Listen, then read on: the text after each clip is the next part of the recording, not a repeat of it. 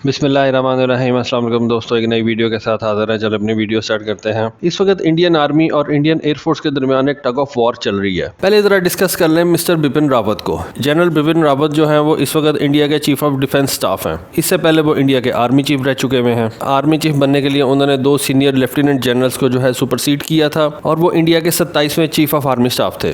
India की army, navy और air force के अंदर जो है वो लड़ाई काफी देर से जारी है। अब ये लड़ाई किस किस्म की है ये तो एक लंबी बात है, लेकिन इन शॉर्ट में आपको कुछ ऐसी बातें बताता हूं कि ये जो सीडीएस की पोस्ट थी इसको इस वजह से रेस किया गया था कि इंडिया की ये जो तीनों सर्विसेज हैं इनके दरमियान जो मसले मसाइल हैं इनको खत्म किया जाए। और भी रीजंस थी, लेकिन जो एक मेन मसला था कि ये जो तीनों सर्विसेज आपस में एक दूसरे से लड़ती रहती हैं, इनकी लड़ाई झगड़े को जो है वो खत्म किया जाए और एक ऑफिसर जो है इनके ऊपर लाके बिठा दिया जाए सीडीएस की सूरत में, जो कि इनके मसले मसाइल को देखे और इनकी प्रॉब्लम्स जो है उनको सॉल्व करे। लेकिन उसके अंदर भी एक मसला था कि जो ऑफिसर उनके ऊपर लाके बिठा दिया गया वो खुद आर्मी से आया हुआ था। अब ये जो रिसेंट टग ऑफ वॉर चल रही है इस वक्त, ये किस वजह से शुरू हुई कि ये जो जनरल रावत है उन्होंने एक बयान दिया है, उसके बाद जो है एयरफोर्स चीफ ने एक बयान दिया, जिसके बाद ये लड़ाई जो है ये खुल के मीडिया के अंदर भी आ चुकी है। बेसिकली इंडिया इस वक्त कर क्या रहा है कि वो ये कहता है कि हमने इस वक्त अपने डिफेंस के लिए जो है वो थिएटर्स बनाने हैं। इंडिया काफी देर से एक बात कहता आ रहा है कि हमने 2 फ्रंट वॉर जो है वो लड़नी है, यानी कि एक फ्रंट जो है वो पाकिस्तान के खिलाफ, एक फ्रंट जो है हमें चाइना के खिलाफ लड़ना पड़ेगा और पॉसिबिलिटी ये है कि एक फ्रंट जो है उनको समंदर के अंदर पाकिस्तान और चाइना दोनों के खिलाफ लड़ना पड़े। यहाँ पे थोड़ी सी बात और आ जाती है कि अगर वो चाइना बीच में आता है तो फिर वो समझते हैं कि हमारे साथ अमेरिका खड़ा होगा।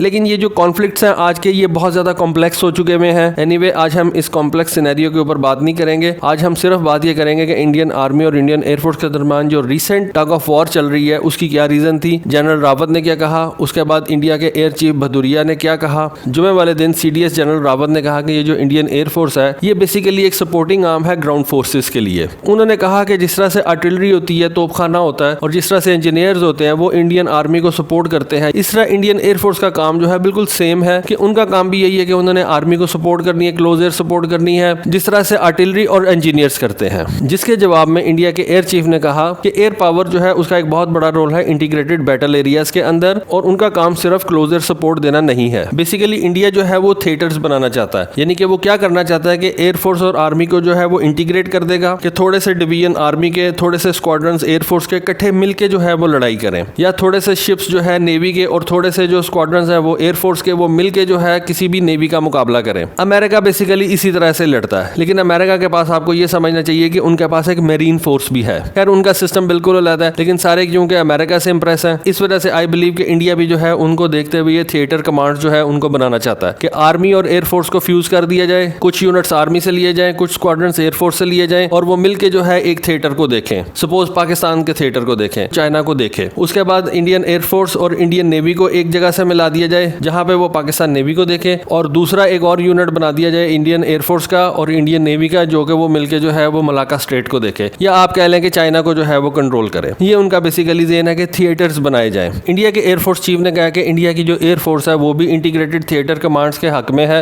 लेकिन वो ये चाहते हैं कि इसको सही तरीके से बनाया जाए। अगर हमने इनको बनाने के अंदर कोई गलती कर दी तो वॉर के अंदर जो है इसका बहुत ज्यादा इंपैक्ट आएगा। बेसिकली इंडियन आर्मी और इंडियन एयरफोर्स के दिमाग के अंदर जो थिएटर कमांड का जो स्ट्रक्चर है वो मुख्तलिफ है। इंडियन आर्मी जो है वो मुख्तलिफ तरीके से थिएटर कमांड को देखती है, इंडियन एयरफोर्स जो है वो मुख्तलिफ तरीके से थिएटर कमांड को देखती है। और मेरा ये जाती ख्याल है कि दोनों ये चाहते हैं कि उनका जो रोल है वो ज्यादा सुपीरियर हो। इंडिया की गवर्नमेंट ने अपनी इन तीनों सर्विसेज और सीडीएस को ये कहा कि आप हमें एक थिएटर कमांड कॉन्सेप्ट जो है वो बना के दें। अच्छा, अब हुआ यूं कि जब जनरल रावत से ये पूछा गया कि इंडियन एयरफोर्स जो है वो कुछ रिजर्वेशंस रखती है आपके ये थिएटर कमांड के स्ट्रक्चर के ऊपर, जनरल रावत ने ये कहा कि ये जो पूरी इंडिया की एयर स्पेस है उसके लिए वो एक एयर डिफेंस कमांड जो है वो बना रहे हैं, यानी कि पूरा इंडिया जो है उसको एक एयर डिफेंस कमांड के अंदर लाके खड़ा कर दिया जाएगा। लेकिन इस वक्त अगर आप इंडियन एयरफोर्स का स्ट्रक्चर देखें तो उसके अंदर जो है उसने खुद से थिएटर्स बनाए हुए हैं। अभी उन्होंने इंटीग्रेटेड थिएटर्स नहीं बनाए, लेकिन इंडियन एयरफोर्स के अपने थिएटर्स बने हुए हैं। देखें बेसिकली जो इस वक्त इंडियन एयरफोर्स बात कर रही है ना वो काफी ज्यादा कंफ्यूजिंग है, क्योंकि इंडियन एयरफोर्स के अंदर जो है वो 5 कमांड्स हैं, वॉर फाइटिंग वाली कमांड्स हैं वो 5 हैं। एक सेंट्रल एयर कमांड है, एक ईस्टर्न एयर कमांड है, एक सदर्न एयर कमांड है, एक साउथ वेस्टर्न एयर कमांड है, एक वेस्टर्न एयर कमांड है। ये इंडियन एयरफोर्स का जो है वो स्ट्रक्चर है। लेकिन जब एयर डिफेंस की बात आती है तो इंडियन एयरफोर्स कहती है कि हम सिर्फ एक थिएटर चाहते हैं। यहाँ पे बिपिन रावत जो है वो ये कहता है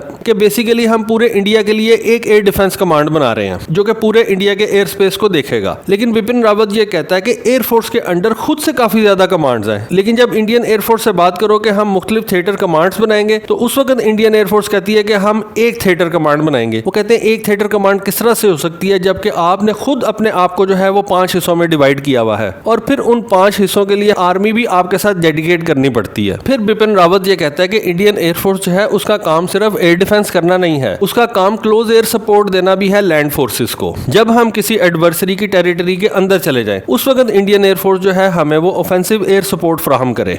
इसी तरह जब नेवी शिप्स काम कर रहे होते हैं, जब नेवल आर्माडा जो है उसको भी एयर सपोर्ट चाहिए होती है, तो बिपिन रावत ये कहता है इस वजह से जो इंडियन एयरफोर्स है उसका ना सिर्फ काम यह है कि वो एयर डिफेंस करे, बल्कि उसका काम यह है कि वो क्लोज एयर सपोर्ट दे, और उसका काम यह भी है कि वो ऑफेंसिव एयर सपोर्ट भी फराहम करे। फिर जब उनसे पूछा गया कि इंडियन एयरफोर्स जो है उसके पास इस वक्त अपने स्क्वाड्रन स्ट्रेंथ जो है वो पूरी नहीं है, तो आप किस तरह से ये कहते हैं कि जो एयरफोर्स जिसके पास ऑलरेडी स्क्वाड्रन स्ट्रेंथ जो है वो काफी कम है, उसको अब और मुख्तलिफ थिएटर कमांड्स के अंदर जो है वो डिवाइड कर दें, तो उसकी तो स्ट्रेंथ ही पूरी नहीं है, तो वो किस तरह से सही तरीके से काम करेगी। इसके ऊपर जनरल रावत ने ये कहा कि इस वक्त भी जो इंडियन एयरफोर्स के जो पूरे रिसोर्सेज हैं वो किसी एक कमांड के पास नहीं है, वो 5 मुख्तलिफ कमांड्स के अंदर डिवाइड हुए हुए हैं। तो बिपिन रावत ने कहा कि मुझे ये बात की समझ नहीं आती कि जब एक एयर डिफेंस कमांड बना दी जाएगी तो क्या उस वक्त इंडियन एयरफोर्स जो है अपने तमाम एयर एसेट्स जो है वो एक कमांडर के अंडर कर देंगे, यानी कि वो अपनी ये जो 5 कमांड्स हैं उनको खत्म करके सिर्फ एक कमांड बना देंगे। फिर जनरल रावत ने यह कहा कि वो अपनी ये जो 5 एग्जिस्टिंग कमांड्स हैं उनको खत्म नहीं करने जा रहे, और अगर इंडियन एयरफोर्स एक एयर डिफेंस की हामी है तो उनको ये चाहिए कि अपनी ये जो 5 एयर डिफेंस कमांड्स हैं इनको खुद से खत्म करें। तो ये काफी ज्यादा कंफ्यूजिंग बातें जो है इंडिया के अंदर इस वक्त चल रही हैं। फिर बिपिन रावत ने यह कहा कि इंडियन एयरफोर्स को जो है वो ग्राउंड सपोर्ट भी देनी चाहिए अपनी ग्राउंड फोर्सेस को। उसके बाद उसने वो जुमला कहा जो आजकल बहुत ज्यादा मशहूर हो गया हुआ है कि इंडियन एयरफोर्स जो है वो बिल्कुल आर्टिलरी की तरह है, बिल्कुल इंजीनियर्स की तरह है, कि उसका काम सिर्फ ये है कि वो आर्मी को सपोर्ट करे। इसके जवाब में इंडिया के एयर चीफ ने भी कुछ कहा। उन्होंने कहा कि जी इस वक्त जो हमारी एयरफोर्स है वो सिर्फ सपोर्टिंग रोल के अंदर काम नहीं करेगी, एयर पावर जो है उसका रोल जो है वो बहुत ज्यादा बड़ा है और वो सिर्फ सपोर्टिंग रोल के अंदर काम नहीं कर सकती। उन्होंने कहा कि ऐसा नहीं हो सकता कि आप ये इंटीग्रेटेड बैटल एरियाज बना दें और इंडियन एयरफोर्स जो है वो सिर्फ सपोर्टिंग रोल के अंदर काम करे। उन्होंने कहा कि हमारे एयर प्लान्स के अंदर और बहुत ज्यादा चीजें हैं जिनको हमें देखना पड़ता है, और उन्होंने कहा कि ये जो इस वक्त परसेप्शन फैलाई जा रही है कि इंडियन एयरफोर्स जो है वो रोड ब्लॉक कर रही है किसी भी यूनिफाइड कमांड की तरफ, तो ये बिल्कुल एक गलत बात है। उन्होंने कहा कि ये जो CDS बनाई गई थी एक बहुत बड़ा कदम था, और उसके बाद जो एक बड़ा कदम है वो है इंटीग्रेटेड थिएटर कमांड्स को बनाना। उन्होंने कहा कि इसके स्ट्रक्चर को बनाना बहुत ज्यादा कॉम्प्लेक्स है और हमें इस स्ट्रक्चर को जो है सही तरीके से बनाना पड़ेगा, क्योंकि अगर हमने इसके स्ट्रक्चर को बनाने में कोई गलती कर दी तो इसके इम्पैक्ट जो है पूरी वॉर के ऊपर वो बहुत ज्यादा होंगे। फिर इंडियन एयरफोर्स चीफ ने कहा कि इस वक्त हमारे पास एक फंक्शनल सिस्टम है। बेसिकली इस पूरे झगड़े से जो बात मुझे समझ में आती है वो ये है कि इस वक्त तीनों जो फोर्सेज हैं वो आपस में लड़ रही हैं कि कौन जो है वो ज्यादा सुपीरियर है। इंडियन एयरफोर्स जो है वो बिल्कुल अलग तरीके से काम करना चाहती है, आर्मी और नेवी जो है वो उसको अपने अंडर लेके आना चाहती है। इंडियन एयरफोर्स जो है इस बात को डिनाई कर रही है, लेकिन एक बात तो है कि ना इंडियन एयरफोर्स जो है इस वक्त पूरे तरीके से जो है वो क्लियर है अपने ऑब्जेक्टिव की तरफ, ना इंडियन आर्मी जो है वो पूरे तरीके से क्लियर है, और 2021 के अंदर जो है वो इंडिया की ये जो आर्मी एयरफोर्स और नेवी है वो ये फैसला नहीं कर सकी कि हमने अपने डिफेंस को किस तरह से आगे लेके जाना है। तो इस वक्त जो मेरे इंडियन व्यूअर्स हैं मैं उनसे ये कहूंगा कि प्लीज इस डिस्कशन में हिस्सा लें, कमेंट सेक्शन के अंदर जरूर बताएं कि वो इस वक्त क्या समझते हैं, ये किस तरफ को बातें जा रही हैं। गालम गलोच से कोई काम नहीं चलेगा, अच्छे तरीके से बात करें, इनमें से कौन सही है कौन गलत है, क्या ये कोई पैसे का खेल है, क्योंकि डेफिनेटली अगर इंडियन आर्मी का रोल जो है उसको बढ़ा दिया जाता है वो ज्यादा पैसे मांगेगी डिफेंस बजट में से, या कोई और मसले मसाइल है। प्लीज कमेंट सेक्शन में जरूर बताइएगा। तो दोस्तों होपफुली आपको ये इन्फॉर्मेशन पसंद आई होगी। काइंडली कमेंट सेक्शन में जरूर अच्छे तरीके से बात कीजिएगा, मैं भी चाहूंगा कि मैं उसको पढूं। आज के लिए बस इतना ही। Thank you. Allah Hafiz.